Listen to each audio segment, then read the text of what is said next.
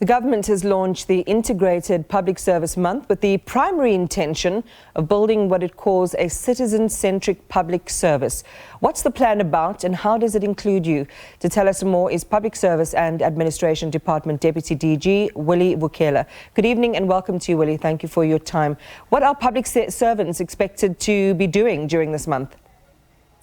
Thank you very much, Iman, and we appreciate the call that you made to us.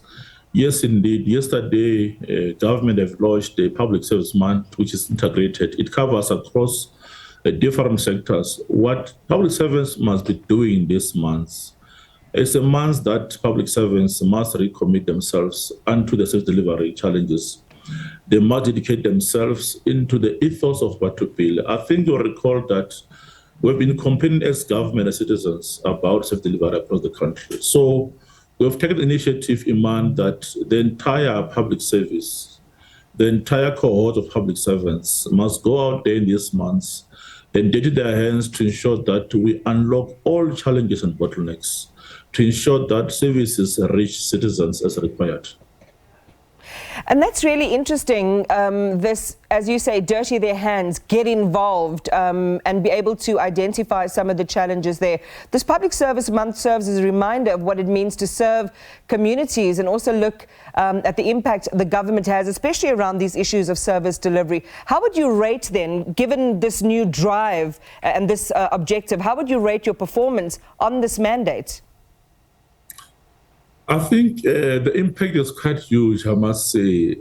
We do appreciate that, yes, indeed, there are challenges that as government is facing. But for now, looking at the program initiative, precisely that I started yesterday for this month, I can assure you that come the end of the month and beyond, this is going to be a new way of doing things.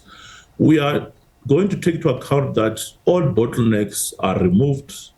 We ensure that we have a seamless administration precisely where it matters most, at the core phase of public service delivery, which is a critical element to do.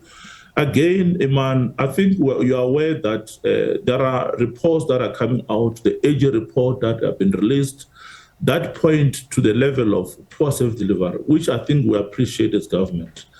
Minister of Public Service and Administration is committed to ensure that as the custodian of public service, let's ensure that public servants, one, ensure that they take a new oath, as they've done yesterday, to ensure that even senior managers, they'll be deployed in the call for service delivery so that they're able to address problems at hand. You know, I'm listening to you, Willie, and on the one hand, you know, I feel encouraged because I think it's a really great thing to have, you know, such a big campaign to really interface with people. And there's a sense of hope that's attached to that. On the other hand, I'm very aware, and I think, you know, in the way that you have all designed this program, I'm very, very aware of just how vast it is and how much resource it's going to take to do something not only in the immediate, but something that is sustainable into the long term. So when you say that we are going to see things differently, you know, the bottlenecks you're going to start to unplug, give me one tangible goal that you are pursuing. I know the municipal audits are something else, and again, that's an institutional issue, a structural issue that is going to need a lot of, you know, tinkering with to correct. But give me one big target that we will be able to feel and see as members of the public in terms of this campaign. Thank you very much. I think you raised something very important, Iman, the issue of sustainability. How do you sustain this program? In terms of one tangent and goals, I think what you look at the changes that will happen is at the call phase, Iman, where you see queues wherever you go, precisely on the frontline service delivery. So this is one of the targets. Secondly, is to look at the service centers where service has been rendered. It may be in the justice system, it may be the health system, and the other sectors of society and public administration. So the focus, Iman, is to look at the frontline service delivery so that we're able to release personnel, public servants who are in the so-called head offices. You are DGs, you are HODs, and senior management. to be deployed in the cold phase because they don't spend time working there. There are people who are working there who can't take decisions when there are challenges. So it's going to be easy when we release officials with authority to go and face challenges of cold faith. Whenever there's a problem, I think that problem will resolve there and there. But I'm underlining the issue of race. How do we sustain and maintain this program? I think there's already an engagement debate within government. How do we go beyond public service months to make 12 consecutive months of the year as public service year for the public servant? So that question that you have raised is quite critical. Thank you very much on that, Iman.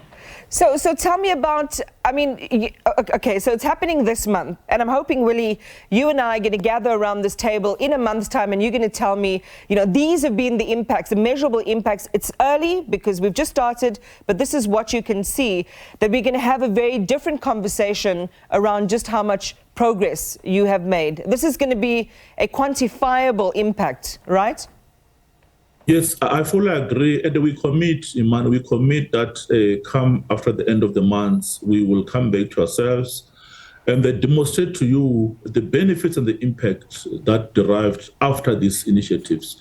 Yes, indeed, it's a small scale for now, but remember, on the issue of resources, we are using the entire cohort of public service, all 1.2 million public servants who will be engaged in this program, to ensure that at least we're able to understand, one, the challenges, two, to provide interventions for improvement, because this is what citizens want, improvement in their cold phase.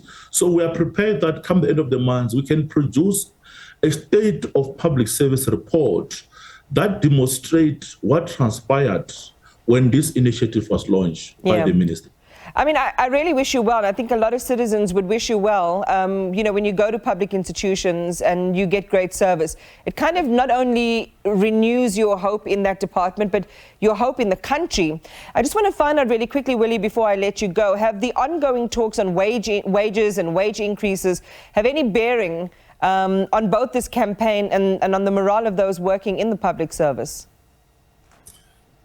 It's quite encouraging, I must say, to observe the professionalism that our public servants demonstrated even yesterday.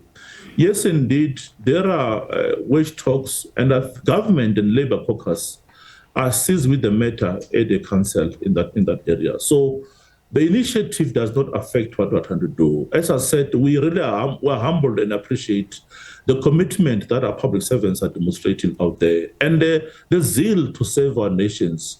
So I think this one area that we need to understand, that wage negotiation is something else, but we've taken an oath to ensure that we render service as required by our citizens. Department of Public Service and Administration Deputy DG Willie Vukela, thank you very much for your time.